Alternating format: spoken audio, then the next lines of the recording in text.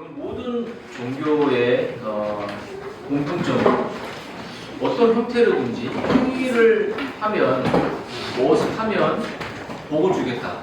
우리가 정말 가장 중요한 게 뭔가를 잘 섬기면 자녀가 잘 될 거예요. 이렇게 이 지상에서의 복에 대한 이야기를 정말 많이 위로가 되죠. 그게. 그렇기 때문에 정말 그런 말도 저도 할 때가 있는 것처럼 어떤 공로, 인간의 가진 공로를 인정해주면서 그것이 인간에게 복이 된다는 말들을 우리가 할 때 어쩌면 그것은 이신칭의에 대한 왜곡된 표현이라고 말할 수 있다고 할 수 있습니다. 이거 거짓 믿음의 모습이죠.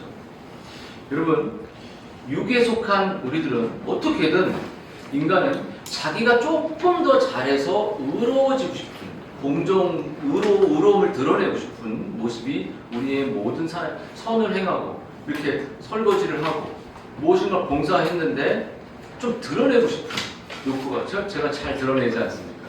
그래서 저는 왜 드러내냐면 분노함을 나한테 없어지게 하기 위해서 드러내는 거죠. 그리고 근데 뭐 이런 것들을 목사가 세속적이야 이렇게 말할 수 있지만 이렇게 하고 뭐 여러분 저한테 일찍오지 않잖아요. 일찍 오는 거 드러내는 거예요. 뭔가 열심히 하잖아요. 할 때 충분히 그런 얘기를 하는 것이 뭐 저희가 공로를 말하는 게 아니라 분노함을 없애기 위해서 이렇게 좀 말하잖아. 이렇게 이런 거죠.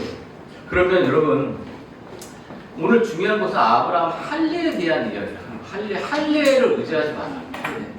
종교적인 행위, 세례 이런 거, 성찬 이런 거 정말 교회에 나 헌금했다. 정말 이런 거 의지하지 말고 아브라함 자체가 할례를 받기 전에 그가 하나님께서 그리스도를 보내서 그것을 하늘의 별처럼 많게 하겠다는 구속의 진리를 믿었기 때문에 의를 받은 거지. 그렇기 때문에 아브라함은 할례자인 유대인, 무할례자인 이방인의 모든 자들의 택자들의 조상이다 이렇게 말하는 거죠. 근데 중요한 것은 여러분 우리들의 지금의 유대인들은 자기가 율법을 다 지켜서 구원받는다라고 생각하지 않을 것 같아요. 않는다고 생각합니다. 근데 여러분 우리들 안에는 정말 인간의 본성 안에는 뭔가 행하고 뭔가 봉사하고 뭔가 행해서 정말 의롭게 되고 싶어하는 나를 좀 내 신앙을 좀 더 특별한 사람처럼 내가 여겨지는 뭔가 찬양할 때 스포트라이트 받고 설교할 때 스포트라이트를 받을 때 내가 한 것처럼 정말 주님이 하셨는데 주님이 하나 은혜를 주셨는데 거기 안에 내 공로가 들어가는 모습을 보게 될 때가 많죠. 여러분 그래서 이런 내가 교회를 섬기는 이런 모습을 통해 내 안에 공로의식이 내 안에 자리 잡을 때 그런 모습이 우리들의 안에 본성 속에 있다는 거예요.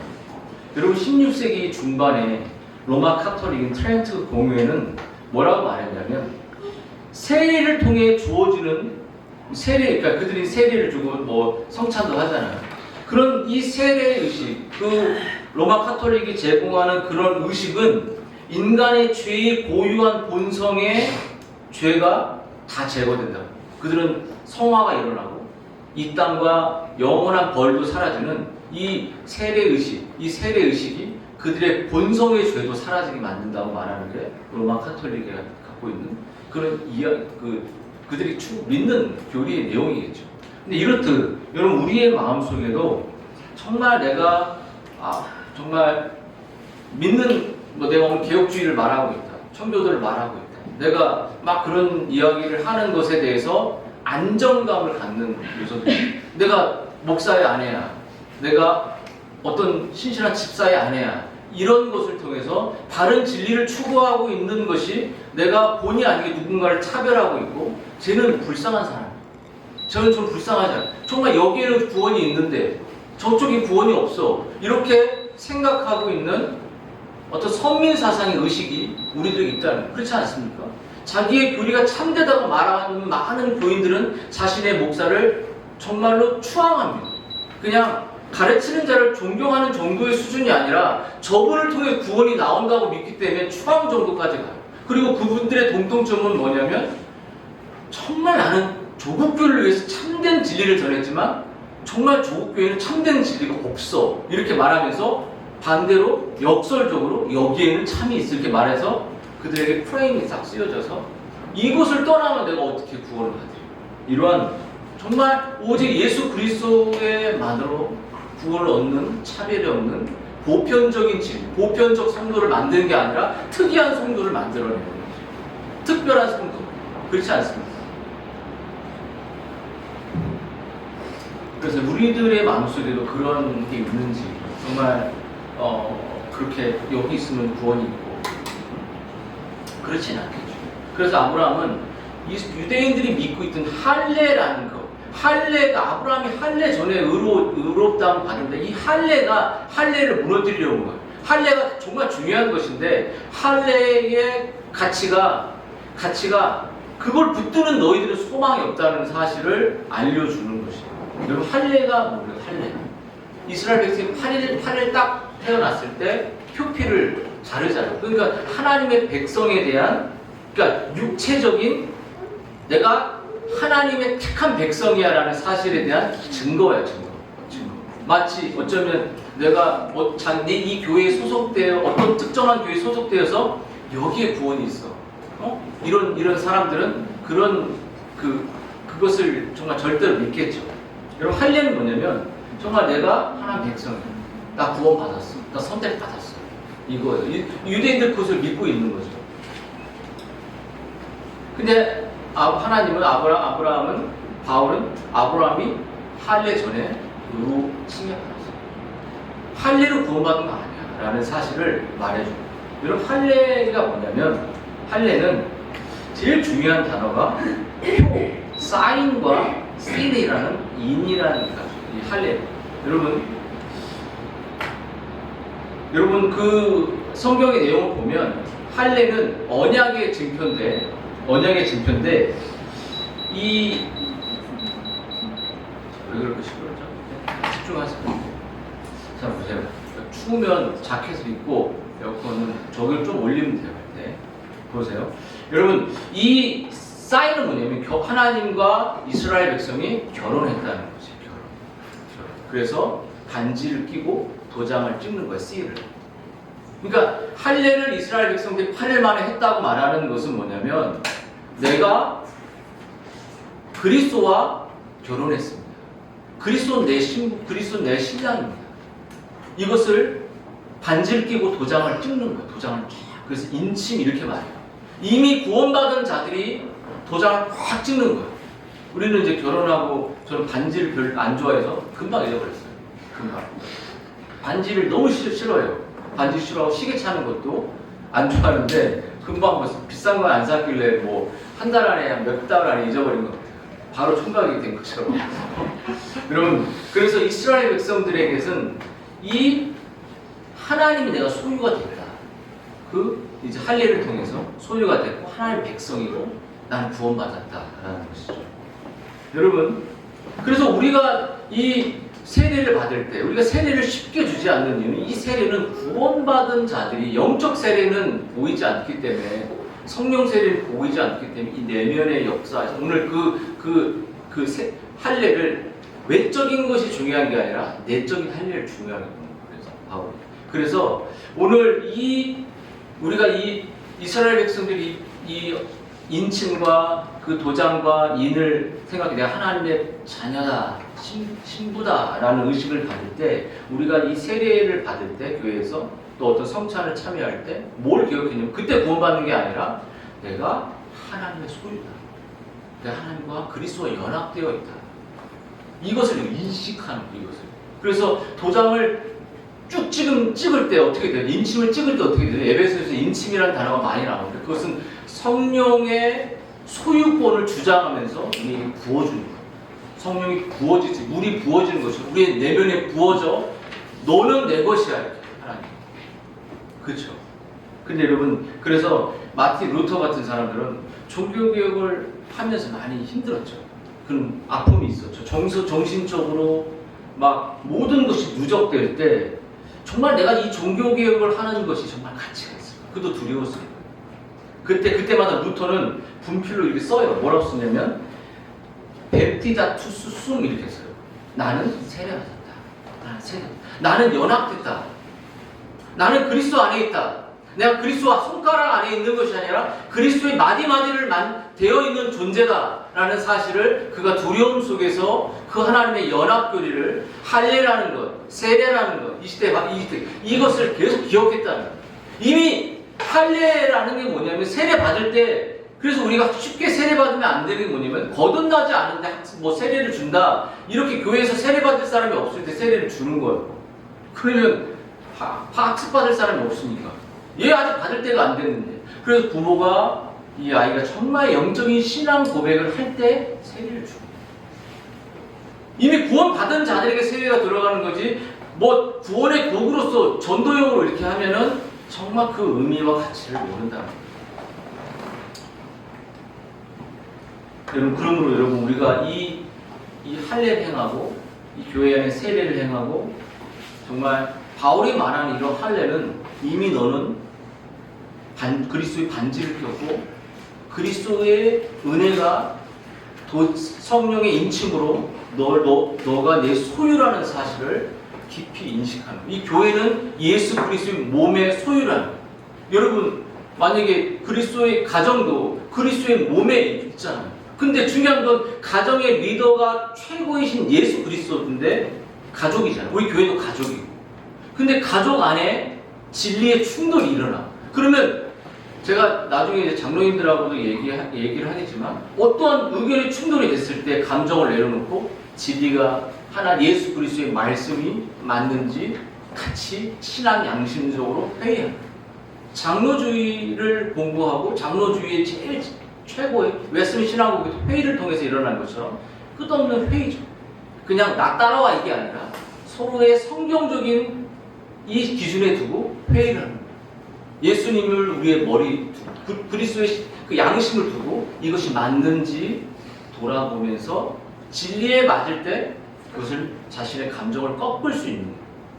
그거 못 꺾으면 당회가 무너지게 되고 교회가 무너지게 되고 가정도 무너지게 되죠.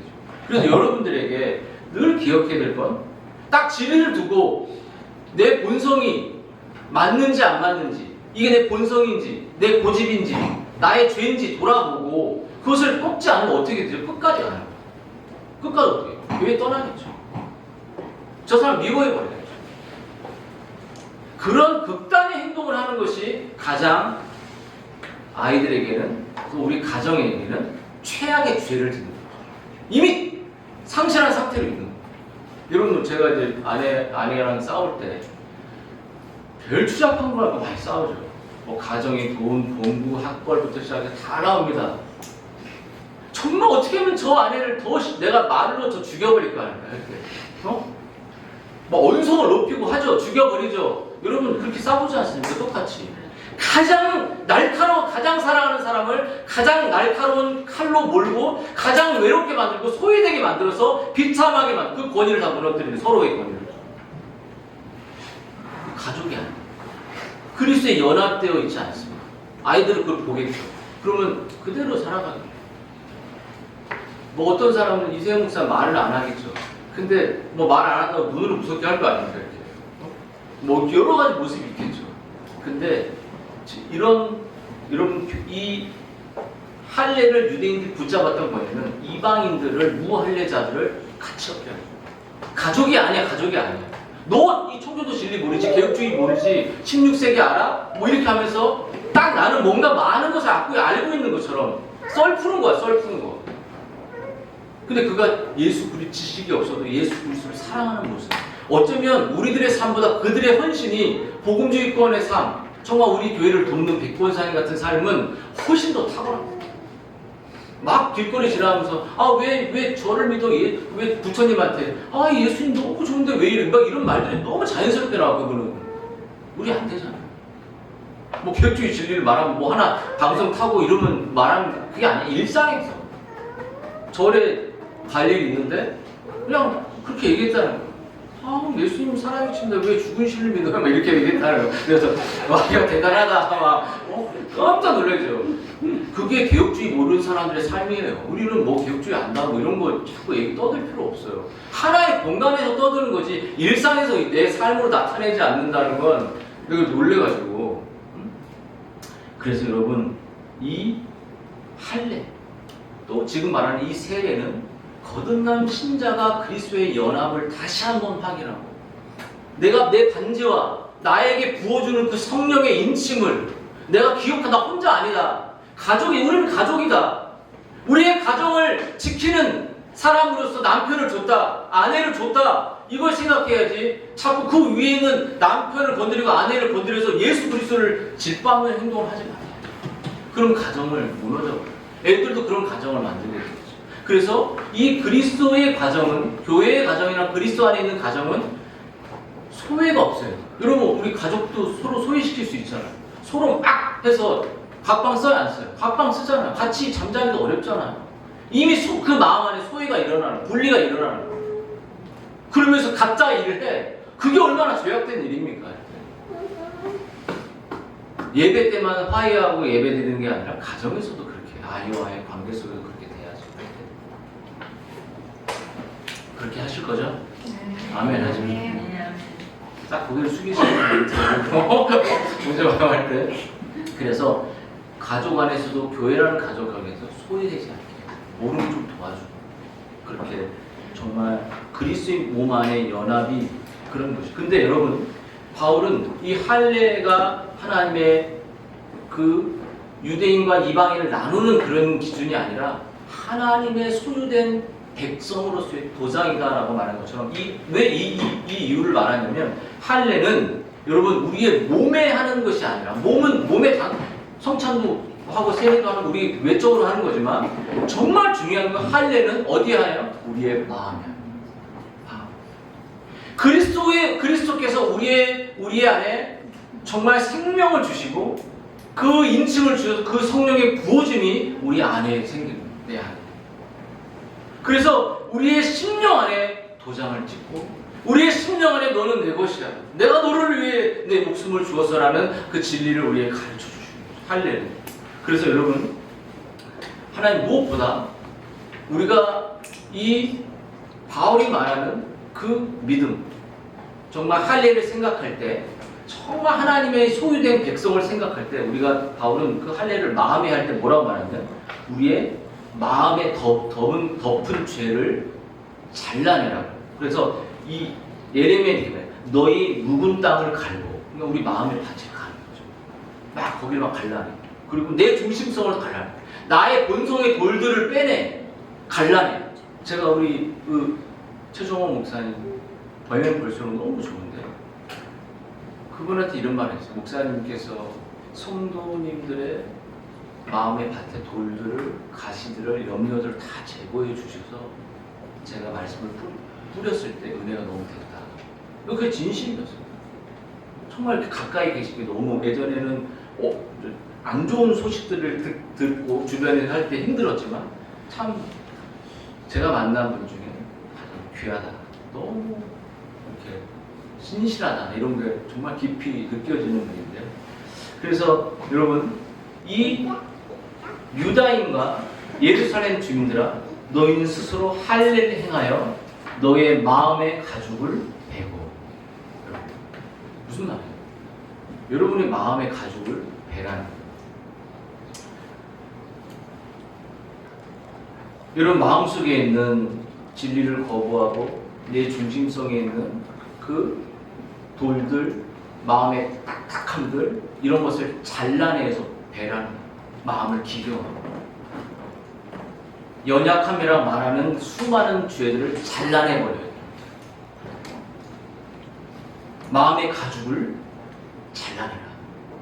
여러분 뭔가 여러분을 가로막 하나의 말씀을 막고 있는 그것들을 잘라내야 돼요. 여러분 사람의 여러 특징 중에 나르키소스라는 그런 그리스 신화의 한 청년에 의해 이런 나르키소스라는 그런 주의가 있는데, 이런 그리스 청년이 이 사람은 어떤 특징이냐면 자기애가 엄청 강해요. 자기에게 관해서 자기는 별로 티를 안 내지만 나는 특별해. 그리고 어떻든 자녀를 통해서 하든 남편을 통해서 하든 꼭 인정을 얻어야 돼요. 인정을 받아요. 이거 블랙홀처럼 막 흡수시켜버려요. 그래서 인정에 대한 욕구가 나 때에 일어나지 않다면 자녀 때에 그 아이를 통해 인정받고 싶어요. 야, 자녀가 잘 됐어. 그럼 어떻게 돼요? 야, 엄마가 너무 수고했네. 아빠가 너무 수고했네. 이런 인정을 하면서 자녀를 혹사시켜요. 블랙 그렇죠. 공감 능력 제로. 공감 능력 없어요. 이타성 아예 없어요. 그리고 자기 목적을 달성하기 위해 가족을 이용합니다. 그것은 자녀가 될 수도 있어요. 자기 목적을 달성하기 위해 부모를 이용해. 공부 돈 내라. 학원 보내. 부모 태어났으면 왜 안 해? 자기애가 엄청 강한. 왜 당연히 학원 보내줘야 부모가. 왜 낳았어? 그것을 부모로 간다면 그렇게 야, 너 돈 너희가 얼마나 쏟았는데 배신 때리지 마. 계속 경쟁심이 내면에 있고 비판을 견디지 못해. 판단한다? 네가 먼저 판단해. 막 그냥 소리 지르고 막 공격하고 죽일 돈으로. 여러분 이러한 상태가 어쩌면 우리의 내면 안에 존재합니다. 이 사람은 정말로 가정의 에너지와 교회의 에너지를 빨아들여요. 자기예요. 그래서 쉽게 가정을 공동체를 무너뜨리고 교회 공동체를 무너뜨려요. 사랑하는 여러분, 오늘 여러분의 마음을 기경하고 여러분의 마음의 가죽을 찢길 바랍니다. 그래서 정말로 마음의 영적인 할례가, 내면의 영적인 변화가, 내 자아가 무너지고 자기에게 무너지는 그러한 은혜가 있기를 소망합니다. 그렇게 되고 싶다고 기도하십시오. 아멘? 아멘 하세요. 정말로. 여러분들 중에 제가 늘 말하죠. 감사하면 되겠어요. 전화합니까? 신방전화? 물어봐요. 세용 목사한테 물어봐요. 내가 왜 그걸 저랑 소통하는 게 안 되면은 뭘 보냐면 지체들한테 안 돼요. 불가능해요. 그러니까 저에게 전화 목사가 어떻습니까? 라고 만약에 말할 수 있는 용기를 여러분 낼 수 있다면 지체들에게 다가갈 수 있어요. 근데 1년 내내 한 번도 전화 안 할 수 있습니다. 그러면 여러분 자신의 정말 언어와 자신 내면으로 돌아가요. 그것은 비뚤어져 있어요. 아내한테도 못해요. 남편한테도 못하고 서로. 그게 죄라는 사실을 다시 한번 기억하십시오. 그래서 수없이 안 돼요, 어려워요, 힘들어요, 불가능해요. 그래서 좋은 결과가 뭔가요? 10년, 20년 지나면 다 될까요? 자신을 돌아보고 자기 애와 자기 본성에 빠져있는, 어쩌면 이 종교만 하나 붙들고, 할례만 붙들고 있는 그런 종교성의 모습일 수도 있겠죠. 마음의 가죽을 찢으세요. 지금 찢으세요. 지금 그리스도께서 여러분에게 영적인 할례를 주시기를 원하시기 때문에 그분 앞에 나오는 겁니다. 말씀을 거부하고 죄를 사랑하고 교만하고 형식적인 이 피상성들. 그래서 오늘 이 바울은 이 믿음으로 주신 이 모든 것이 하나님의 은혜인데, 인간의 이 피상성, 정말 할례를 붙들고 종교성을 붙드는 인간들에게 유일한 희망이 뭐냐면, 오늘 뭘 말하냐면 이 율법의 목적, 율법에 대한 이야기를 바울은 다시 하고 있습니다. 여러분 그 이야기가 13절, 14절, 15절의 이야기죠. 여러분 하나님께서 아브라함에게 이제 할례 전에 믿음으로 의롭게 하시고 복을 주셨는데, 그 복의 결과들이 뭘까요? 이제 율법의 이야기를 제가 이제 좀 이따 하겠지만, 이제 아브라함이 무할례 전에 믿음으로 의롭게 되어서 하나님이 아브라함에게 그 가정에, 우리의 가정에 복을 주세요. 마음의 할례를 찢고 내면을 찢고 자신을 비경하고 자신의 자기애를 내려놓고 정말 오직 나의 구원이 그리스도에 의해 있다는 사실을 믿고 나아가는 자에게 아브라함에게 어떤 주면 그가 살고 있는 지경을 땅에 복을 주세요. 지경을 넓혀주시죠. 물론 그 지경이 하늘까지 이어지지만 그의 삶의 땅을 정복할 수 있는 땅을 주시고 복을 주십니다. 그리고 그 아브라함이 줬던 그 약속은 민족, 하나님 너를 통해, 네가 그리스도를 믿는 너의 믿음의 삶을 통해 너의 후손들이 하늘의 별처럼 많아져요.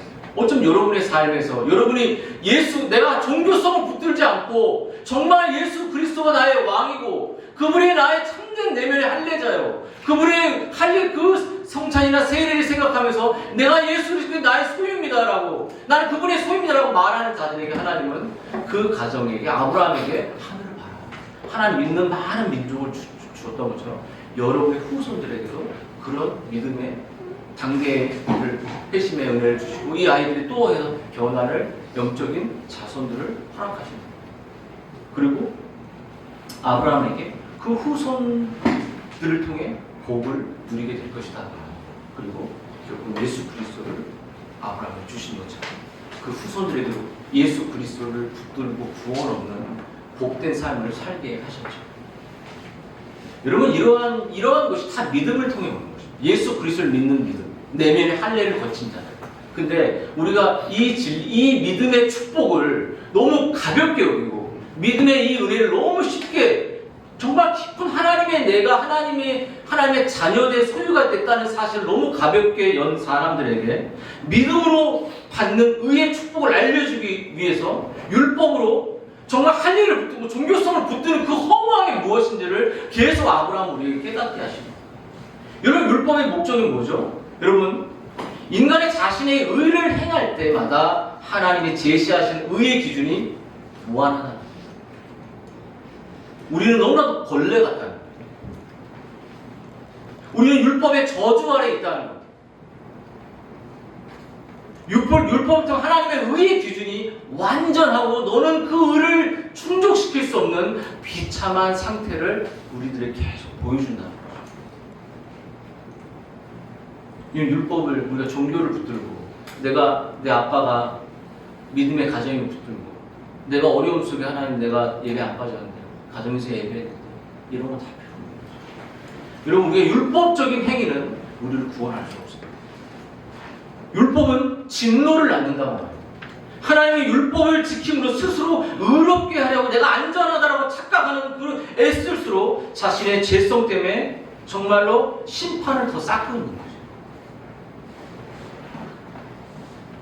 여러분, 바울은 율법이 나타나면 우리의 범법함을 보여주고, 우리가 얼마나 종교성이 우리의 부패한지 보여주는 거죠. 그래서 여러분, 아브라함이 구원받은 것, 우리가 구원받은 것은 전적으로 타락하고 이방인 아브라함같이 정말 우상숭배한 아브라함처럼 정말로 전적인 누이를, 자신의 아내를 누이라고 속이는 그런 연약하고 비참한 아브라함을 믿음의 조상으로 만들고 우리를 이 자리에 있는 것은 전적인 하나님의 은혜요 전능한 능력이 있다는 것입니다. 여러분, 아브라함이 타락한 죄인이 누구도 타락한 죄인이죠. 여러분, 그런데 여러분이 정말 믿음으로 의롭다 하는 진리를 여러분이 진짜 붙잡을 때 아브라함이 어떤 축복을 경험했냐? 그것은 자기 몸이 죽었고, 자기 아내가 태가 끊어졌고, 자신의 삶의 절망적인 상황에서 하나님이 생명을 창조하게 만듭니다. 가임 기간이 끝났어요. 100세요, 100세. 여러분, 이 가임 기간이 끝났다면 이 생명을 알 수 없는 상한 상태의 육체적이 온 거죠. 근데 아브라함은 그 하나님의 약속을 믿고 의심하지 않았다고 해요. 그 은혜로 말미암아 주어진 약속이 얼마나 확실한데 의심하지 않았어요. 그래서 하나님은 아브라함을 통해서 그 99세나 된 사라에게 생명을 주므로 사라를 기쁘게 만들었어요. 하나님이 나를 웃게 하시, 나로 웃게 되었다. 여러분, 여러분의 가정이 이 사라가 이렇게 절망 가운데 구속자가 날 수 없는 그러한 상황에서 생명을 창조하신 그 능력을 경험한 것처럼 여러분, 우리의 삶에도 정말 이제 여자가 몸에서 아이를 낳을 수 없는, 남자도 낳을 수 없는 그런 절망적인, 단지 생명의 잉태가 아니라 삶의 절망과 사랑의 끝에서 하나님은 창조와 생명을 만들어내는 기적의 하나님. 정말 아무 희망이 없을 때 참된 희망과 소망을 만들어내는 분이 하나님이라는 거죠. 그래서 하나님은, 사라는 이렇게 말했어요. 하나님이 나를 웃게 하시니, 하나님이 나의 가정을 웃게 하시니, 하나님이 나의 가정을 행복하게 하시니 내가 행복하다. 여러분, 남편 때문에 행복하지 마세요. 불행하지 않습니다. 계속 아내 때문에 행복하지 마세요. 더 미워지고 불행할 뿐입니다. 자녀를 보면 거기에 행복이 있지 않습니다. 거기에 기대를 걸지 말고 자기에 집착을 하지 마세요. 저 아이는 언젠간 우리를 떠나고 우리를 절망하게 만들어요. 하지만 저 아이가 그리스도를 알고 있고 마음에 할례를 얻어, 내면에 할례를 얻어 정말로 그리스도와 연합되면 거기에 소망이 있는 거죠. 사랑하는 여러분, 하나님은 아브라함의 믿음의 삶을 통해서 온 민족에게 조상이 된 걸 넘어서 하나님은 아브라함을 통해 아브라함이 경험한 것은 없는 것을 있는 것처럼 만드신 하나님. 구원이 없는 것도 있는 것처럼 하나님 우리에게 허락하신 것처럼 여러분 여기에서 창조를 통해 표현된 하나님의 능력이 어떤 것을 보여줍니다. 하나님의 전능하심, 사람과 장소와 사건이 생겨나고 사라지고 우리를 위해서 사람 같은 우리를 위해서 길을 여시고 길을 막으시고 가장 선한 길로 인도하시는 그 하나님. 아브라함이 정말 하나님이 너 천사가 와서 이렇게 아이를 주게 비웃었어요. 사라가. 근데 아이를 낳고 진짜 하나님께서 나에게 행복을 주시는 거예요. 하나님이 주시는 행복. 남편이 그리스도를 가져오는 그 행복. 아내가 그리스도를 가져오는 행복. 여러분 이 신칭의 믿음으로 의롭다 하는 이 진리를 우리가 진짜 믿을 때 아브라함 같은 길을 만드시고 길을 여시고 막힌 땅을 뚫고 새로운 길을 열고 축복의 길을 여시는 이 기적을 경험하게 됩니다. 그렇지 않으면 우리는 계속적으로 율법주의처럼 이 교회 갔다가 저 교회 갔다가 오늘 분노하겠다, 오늘 끝장내겠다, 오늘 막 이거 반복되는 인생이에요. 그러면 다 죽어요, 다 죽어. 그렇게 살지 마세요. 그만 죄를 아이들에게 보이지 마십시오. 그래서 이런 진리를 깨달을 때 모든 것이 사도 바울에게 배설물이 됩니다. 있는 것을 없는 것을 있게 하시고 또 창조하고 만드시는. 그래서 이것을 깨달을 때 내가 나를 자랑하는 자기애로부터 벗어날 수 있는. 내가 나를 섬기는 우상, 항상 내 안에 우상이 있다. 이 우상을 진짜 참된 살아있는 하나님의 존재로 전능하심을 그 은혜와 사랑을 내가 그 믿음 안에서 주신 선물 안에서 발견하게 될 때 자유가 없어도 감사합니다. 주심은 더 감사합니다. 내 길이 막혔는데 여실 거구나. 내 아이의 길을 여실 거구나. 근데 여러분, 그래서 여러분 많은 사람들은 여러분 무엇을 말하냐면, 그래서 정말 인생의 가장 큰 행복이 어디에 있을까요? 여러분, 느헤미야가 여호와를 기뻐하는 것이 너의 힘이다 이렇게 말했어요. 여러분, 정말 우리들의 마음속에 여러분 정말 하나님을, 이 아브라함 하나님을 정말 기뻐하고 이삭까지 바칠 정도로 그 믿음의 영역까지 아브라함을 끌고 갔던 것처럼 정말 그 의심하지 않는 과정이 만들어 가시는 거예요. 그래서 하박국도 뭐라고 말합니까?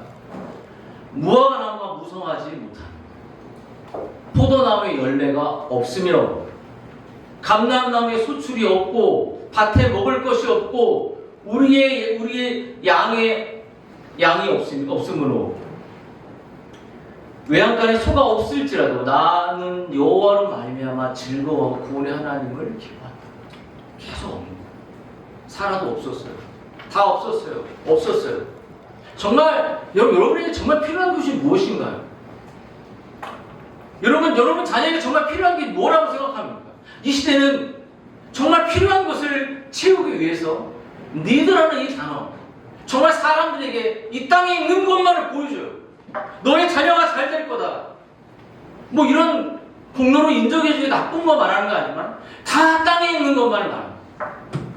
그러니까 니드라는 단어를 다 이 세상에 있는 걸 채우는 걸로, 하늘 안 바라, 하늘이 어디 있어요? 여러분 정말 니드라는 단어, 여러분 자녀에게 정말 필요한 게 뭘까요? 영어 단어일까요? 제가 여러분들에게 공부하지 말라고 말하지 않는 게 아니잖아요. 좋은 대학 가지 말라고 말하는 게 아니지 않습니까? 정말 필요한 니드가 여러분의 인생과 여러분의 삶과 여러분의 아이의 뭘까요? 니드. 뭐가 필요해요? 지금 뭐가 필요해요? 아멘. 하나님의 은혜를 사모하는. 여러분 놀라잖아요. 니드. 여러분의 자녀가 이걸 원했을 때 부모는 그 하나님의 은혜를 보여주는 예수 그리스도를 알려줘요. 예수 그리스도의 생명을 보여줘야 돼요. 예수 그리스도의 참된 진리, 우리의 영적인 상태를 알려주고 정말 자녀가 인생의 가장 복된 것을 계속 채워주는 그러한 삶이 되는 것이 부모로서 자녀를 양육하는 목적입니다. 여러분, 그러므로 다윗이 이렇게 말해요. 일한 것이 없이 하나님께 의로 여기심을, 그러니까 정말 축복의 자녀로 여기심을 받은 사람은 복이 있는 사람이다. 이 그리스도를 믿게 되는데, 주님은 구원의 풍성한 은혜를, 구원의 내 소유가 된 자를 누가 건드려? 길을 여시고 길을 만드시고 인생의 아이들에게 복을 주시고 모든 시편의 말씀처럼 우리가 가는 모든 길목마다 하나님의 은혜를 주셔서 난관을 이기게 하신다는 거죠. 결코 그리스도 안에는 정죄함이 없는 그 사랑, 그 은혜, 그 어떤 기쁨도 높음도 하나님의 안에 있는 그리스도 안에 끊을 수 없는 그 사랑, 이것은 단회적 사랑이 아니라 자신의 소유이기 때문에 계속 복을 주시고, 그 믿음의 칭의는 이렇게 단순한 것이 아니라 우리의 삶의 평생을 누려지는 거죠. 그 성화 속에서 그 칭의가 누려지는 거죠. 이런 축복이 여러분에게 있기를, 이런 축복을 여러분의 자녀들의 전달해주는 통로가 되기를 주님의 이름으로 축원드립니다.